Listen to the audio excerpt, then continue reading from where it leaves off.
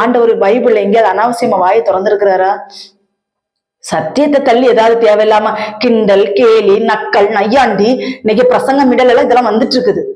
நக்கல், நையாண்டி, கேலி, எந்த ஒரு பரிசுத்தமானது, இயேசு கிறிஸ்துவாவது எந்த ஒரு அதிகாரத்துல அது கேலி கிண்டல் ஒரு வசனம் எடுத்து வச்சிருக்கிறேன், எந்த இடத்துலயாவது கேலி கிண்டல்கள் செய்தார்களா என்று நீங்கள் ஆராய்ந்து பாருங்கள். ஒரு அதிகாரத்துல கூட இயேசுவா இருக்கலாம், அப்போஸ்தலர்களா இருக்கலாம், பிரசங்க பீடத்திலேயோ எந்த ஒரு சுவிசேஷ இடத்திலேயோ கேலி கிண்டல்கள் செய்யல. சத்தியத்தை சத்தியமாக போதித்தார்கள். லட்சம் மக்கள் ரட்சிக்கப்பட்டார்கள். இன்னைக்கு யார் ரட்சிக்கப்படலைங்கிறது பிரசங்க மேடைகள்ல கேலி கிண்டல், நக்கல், நையாண்டி எல்லாம் வந்துருச்சு. டைம் பாஸ் ஆகணும்ல, எதையாச்சும் சொல்லி மணிக்கூர் கணக்கில் இழுக்கணும்ல, அதுக்காக. அதெல்லாம் தேவன் விரும்பாத காரியங்கள்.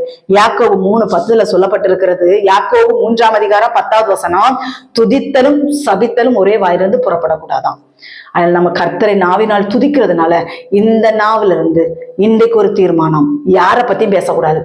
அது எவ்வளவு பெரிய க்ளோஸான நண்பனா இருந்த போட்டு, ஒரு உடன்பிறப்புகளா இருந்துட்டு போட்டோம், சொந்த பந்தங்கள், ஏன் தாய் தகப்பனா கூட இருந்துட்டு போட்டோம், பெத்த பிள்ளைங்க யாராக இருந்தாலும் லிமிட்டை வச்சுக்கோங்க. இவ்வளவு நேரம் தான் பேசணும், இதுக்கு மேல பேசக்கூடாது. நீங்க பேசுனீங்கன்னா நீங்க ஆவிக்குரிய ஜீவிதத்துல வளர முடியாது. பல